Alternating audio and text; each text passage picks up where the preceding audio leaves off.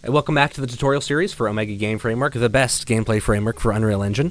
Today we're going to talk about gameplay modules. Now, gameplay modules are somewhat similar to gameplay systems, like we covered in our last tutorial, but rather than being an actor bound to the world with an activation state, they're actually game instance level. So you can kind of think, if you're familiar with subsystems in Unreal, gameplay systems are sort of like a world level subsystem, while gameplay modules are like a game instance level subsystem. And this allows you to attach game-wide functionality to your project and potentially reuse them across other projects. So let me give you an example. Let's look up, let's create modules and do gameplay module. So we'll do gmod my module. Alright, now it's very minimalist, there's not much to it, but you do have a lot of functions you can bind into.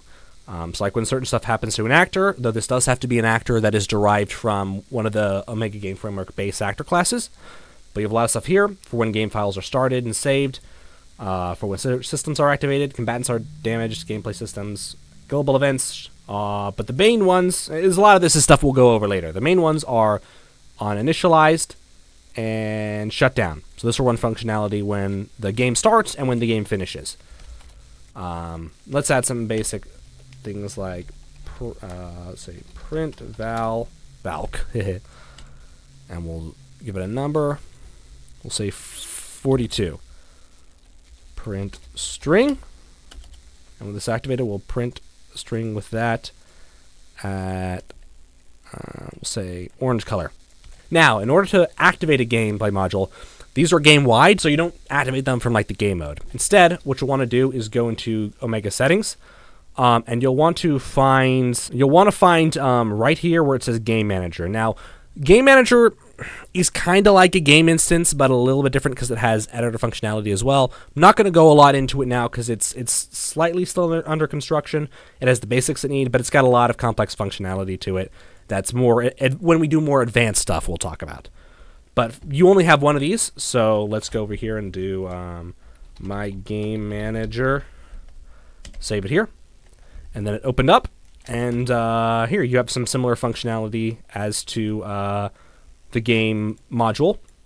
But what we're concerned about right now is going into here with game modules and gameplay modules at the top here, and add in my module. There we go. And there we can see our value. And what's cool about this is you can actually create this module, but then like put it in a plugin or somewhere else and reuse it across different projects, and then configure its specific functionality in the game manager. So let's go ahead, now that we have this set up, and play our game. And there you do, we have 42 printed out. Now let's say we had created our main gameplay framework that we wanted to use, or our like core systems we wanted to use across multiple games. And they all use this same module. So I have the value here. You can set up the module, and then for your specific game manager, you can put it in, and then just change its value. 68 there, and boom, 68. What's also neat is how you access game modules. Get game module. So you can get the game module, and you can also do try get game module, which is similar. It just has an output for whether or not you can get that module. So we can do that and get our